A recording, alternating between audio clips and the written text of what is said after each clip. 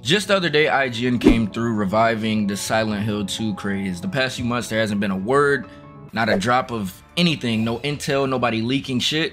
The only thing we have of recent time is Mr. Ito posted some of his concept art for the new Silent Hill 2 nurses, which is pretty fucking spicy. IGN came through with an interview with the CEO of Blooper team, and it's pretty interesting, and I'll just give you the facts and details real quick.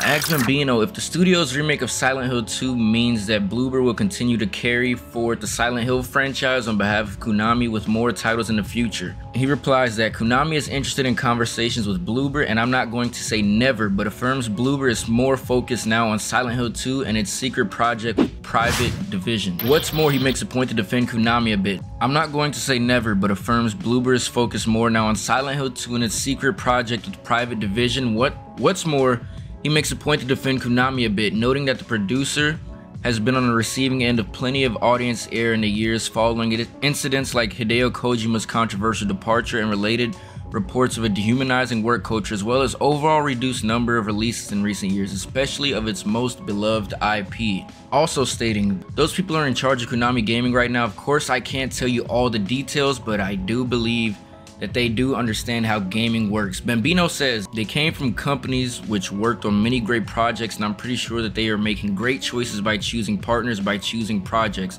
And I do understand that people are a little bit angry at Konami for the stuff which happened in the past, but I would like to say give them time because they do know what they're doing. Now, just like I was saying in my video yesterday, I agree with him to an extent, because as soon as the trailer released for Silent Hill 2, people were already complaining that James looked too old. Something as minuscule as that has this fan base angry. Why do they hold such little things to such elite standards, which doesn't make much of any sense? I don't know why people are surprised that there was such a big change. I really couldn't tell you. If anything, it should have been expected. Why would James, of any character, look normal? What you would go outside and look and consider normal wouldn't be the norm for James. And the reason I say that is because he's supposed to be a mentally ill man. What mentally ill man who's stressing a lot, has a lot of weight on his shoulders, still looks like they're 20 in their 40s or some shit? Nobody. You know, stress carries on anybody. So I don't understand why people are expecting James to look all normal and shit when nothing in that universe is normal. It doesn't make sense. What, Helen? Yeah, but like I was saying, I don't understand why people are so stuck up on the graphical changes. It's a whole different generation of gaming. Of course things are going to change. And with the context of the characters, you really wouldn't expect these people to look normal.